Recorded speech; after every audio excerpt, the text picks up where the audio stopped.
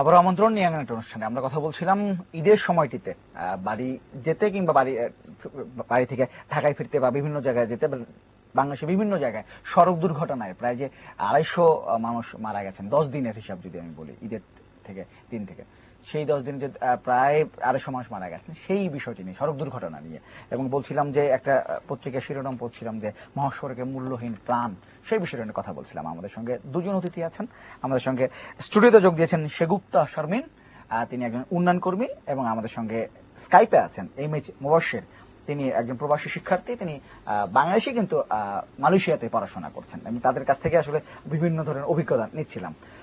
সেগুপ্তা, আপনি বিরতির সময় একটু বলছিলেন যে বাংলাদেশের মহাসড়কগুলোতে বা রাস্তাগুলোতেই যদি বলি যে কোনো রাস্তাতে প্রযুক্তির ব্যবহার একটু বাড়ানো দরকার, কি ধরনের মানে বাড়ানো দরকার মানে কি, আমাদের আসলে শুরুই হয়নি। আচ্ছা, পৃথিবীর বিভিন্ন দেশের রাস্তাতে যেটা হয় যে পুরো রাস্তাটা মনিটরিং সিস্টেমের মধ্যে থাকে, সিসি ক্যামেরা থাকে, এবং যখন যেখানে যে কোনো সময় প্রত্যেকটা জিনিস কিন্তু তারা রেকর্ড করতে পারে। এবং এই কারণে আপনি তখন পুলিশের কথা বলছিলেন, আসলে তো বাইরে রাস্তায় পুলিশের এরকম ভিজিবল থাকা দরকার হয় না, ক্যামেরা দিয়ে তারা পুরোটা মনিটর করে এবং তারা আসে। আমার মনে পড়ছে একবার আমরা জার্মানিতে বোনে একটা রাস্তা দিয়ে যাচ্ছিলাম এবং সেই রাস্তাটা হচ্ছে খুব চিকন একটা, মানে তুলনামূলক বিদেশের তুলনামূলক চিকন একটা রাস্তা এবং গভীর জঙ্গলের মধ্যে দিয়ে। সেই রাস্তাটা এরকম যে হয়তো ঘন্টায় একটা গাড়ি যায়, কিন্তু তারপরেও সেই রাস্তাতেও গাড়ি চালানোর একটা নীতিমালা আছে এবং একটা গতিসীমা বলা আছে, এবং সবাই সেই গতিসীমা মানতে বাধ্য, কারণ ওই রাস্তায় একটু পর পর লুকানো ক্যামেরা আছে। এবং এই ক্যামেরাগুলো কিন্তু সব রাস্তাতেই এমন লুকানো ক্যামেরা থাকে।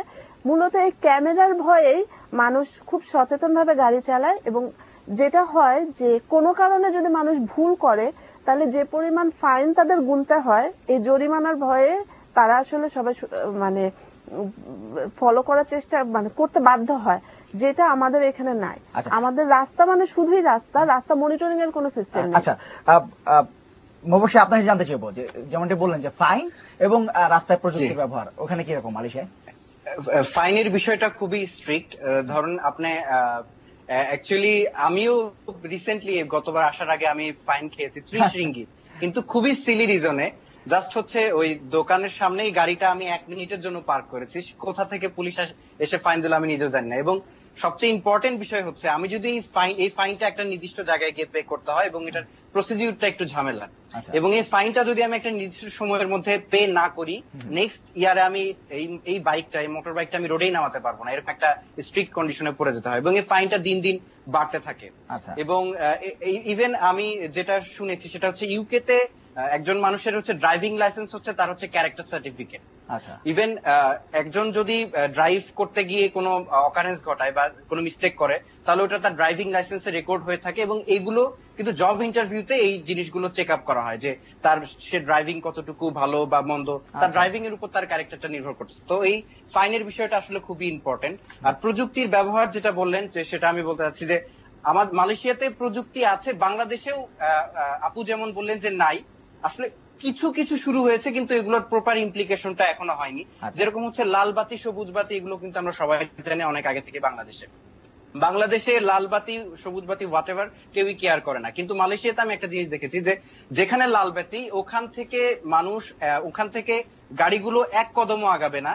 যদি আমি দেখেছি যে 3 রাস্তায় কোনো গাড়ি নেই, যতদূর চোখ যায় কোনো গাড়ি নেই, কিন্তু এখানে লাল বাতি মানে ওখানে ফিক্সড হয়ে থাকতে হবে সবুজ বাতি না আসা পর্যন্ত। এবং এটা বাংলাদেশিরাও বলেন, বিদেশিরাও বলেন, মালয়েশিয়ানরাও বলেন, সবাই এটা স্ট্রিক্টলি ফলো করে।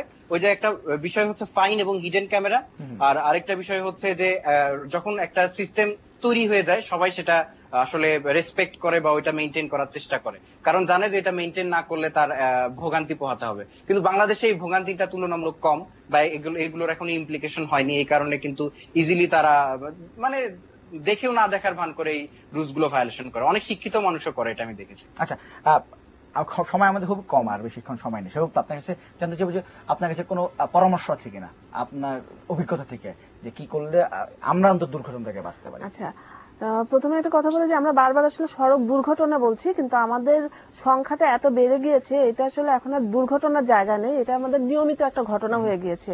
তো এখনো যদি আমরা সচেতন না হই, এই জায়গাটা থেকে বের না হতে পারি, আমাদের জন্য এটা খুবই কষ্টকর। সারাক্ষণ একটা আতঙ্ক কাজ করে আমাদের। তো এই জন্য যেটা করা দরকার, যে এখন যে ঘটনাগুলো ঘটে, প্রথমত যে এরকম বড় কোনো ম্যাসাকার যখন হয়ে যায় তখন সেটার জন্য বিচারের ব্যবস্থা এবং শাস্তির ব্যবস্থা, এবং সেই শাস্তিটা যেন দৃষ্টান্তমূলক হয়। আর যতটা সম্ভব আস্তে আস্তে যেন মহাসড়কগুলোকে নিয়ন্ত্রণের আওতায় নিয়ে আসা যায়, সেটা প্রযুক্তির ব্যবহার করেই হোক বা রাস্তায় গতি নিয়ন্ত্রণের ব্যবস্থা করেই হোক। তাই বলে গতি নিয়ন্ত্রণ মানে স্পিড ব্রেকার না, এটা কিন্তু আরো বেশি অ্যাক্সিডেন্টের কারণ হিসেবে কাজ করে। তো এইভাবে সবকিছু মিলে সচেতনতা, শুধু পাবলিক সচেতনতা দিয়ে আসলে কাজ না, যে আমাদের আসলে আইন প্রয়োগ করতে হবে। আচ্ছা, আমি তো অবশ্যই আপনাকে জানতে চাইবো, যেহেতু আপনি অভিজ্ঞতা থেকে বলছিলেন বাংলাদেশ এবং বাংলাদেশ এবং মালয়েশিয়ার দুটো ব্যাপারই জানেন, আপনার কাছে জানতে চাইবো যে আসলে আপু যেমনটি বললেন যে আইনের প্রয়োগ এবং সচেতনতা দুটার মিক্স করেই আসলে আমাদের এখন সড়ক দুর্ঘটনা থেকে বাঁচতে হবে। আপনার কোনো পরামর্শ আছে কিনা? আমার পরামর্শ ঠিক আপুর মতোই, যে আসলে আমাদের আরেকটা ইম্পর্টেন্ট বিষয় থেকে যায়, সেটা হচ্ছে রাস্তাগুলো আমাদের আসলে সঠিক, মানে যেই কোয়ালিটির রাস্তাটা দরকার জন্য ঢাকা থেকে যে রাস্তাটা দরকার সেই রাস্তাটা থাকতে হবে, যেখানে 4 লেন দরকার সেখানে 4 লেন থাকতে হবে। যদি অটো নসিমন করিমন বা রিক্সাগুলো থেকেই রাস্তাতে যাই, বা এটা যদি ইম্পর্টেন্স থেকেই থাকে, তাহলে সেগুলোর জন্য আলাদা লেন করতে হবে, যেরকমটা আছে মালয়েশিয়াতে বাইক বা হচ্ছে বাইসাইকেল গুলোর জন্য। তো এই পরামর্শটা আমি রাখবো, যে আপু যেরকম বলছেন সেগুলোর সাথে আমি অ্যাড করতে চাই, যে রাস্তাঘাট গুলো আমাদেরকে আরো বেশি সচেতনতার সাথে এগুলোর ইমপ্রুভমেন্টে সরকারের উচিত আরো বেশি গুরুত্ব দেয়া। ইভেন রাস্তাঘাট কোনো জায়গায় যদি প্রবলেমেটিক দেখা যায়, সেগুলো আমরা যদি ওই এলাকার হয়ে থাকি, এলাকার নিজের একজন ব্যক্তি হয়ে, সচেতন ব্যক্তি হয়ে আমাদের ওই জায়গাগুলো রিপেয়ারের জন্য উদ্যোগ নেওয়া উচিত। ধন্যবাদ আপনাকে, অসংখ্য ধন্যবাদ। আপনারা কষ্ট করে এসেছেন শাগুফতা শারমিন এত রাতে, এই জন্য আপনাকে ধন্যবাদ। আপনাদেরও ধন্যবাদ।